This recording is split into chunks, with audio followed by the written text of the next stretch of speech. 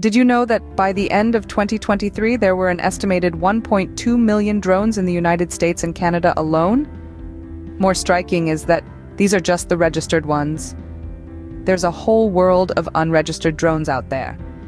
Now imagine if all these drones were to take to the sky at once. That's where Unmanned Aircraft System Traffic Management, or UTM, comes in. So, what exactly is this UTM we're talking about? Think of it as an air traffic control for drones. It manages where drones can fly, ensuring they don't collide with each other or with other objects. Also, who is UTM Canada now? Compare this to drones without UTM Canada ecosystem. These drones are like cars without GPS.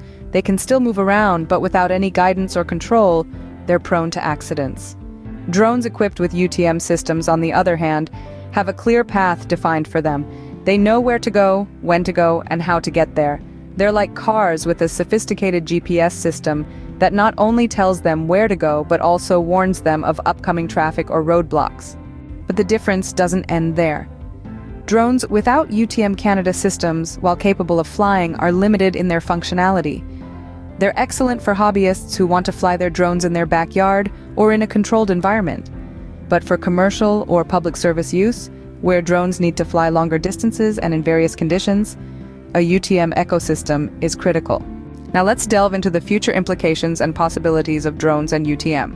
The possibilities are endless.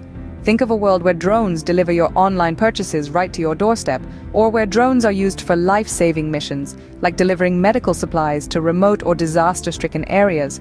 All these would be made possible with UTM systems.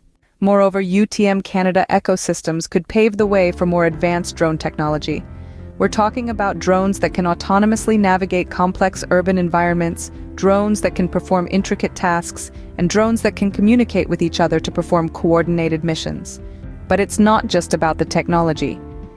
The implementation of UTM Canada ecosystems could also lead to significant changes in our laws and regulations.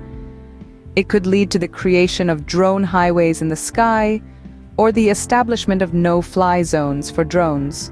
In conclusion, UTM Canada ecosystems are not just about controlling drone traffic, they're about harnessing the full potential of drones, expanding their capabilities and integrating them into our everyday lives.